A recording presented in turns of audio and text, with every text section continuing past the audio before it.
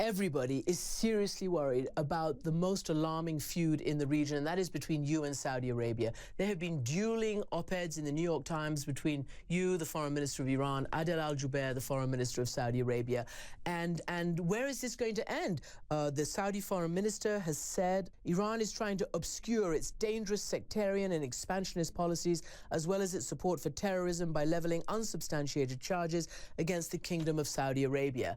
Where is this going to end? Well, it was unsubstantiated charges. 15 of the 19 people who blew up 9/11 were Saudi citizens. People who murdered others in San Bernardino were had just visited Saudi Arabia. But I'm tired of this. But should Saudi Arabia be panicking that Iran is back in the community of nations? I think we were always in the community of nations. Now their allies have recognized that Iran is a serious partner.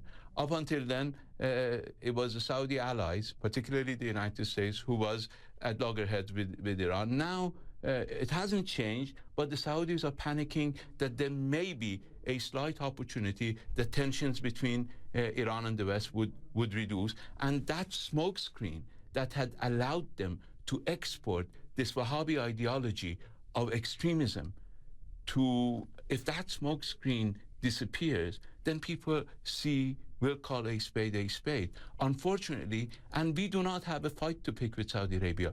Unfortunately, the fact is that the instability in our region is caused by a panic in Saudi Arabia that believes there is a disequilibrium in our region after the fall of Saddam Hussein and after the Arab Spring.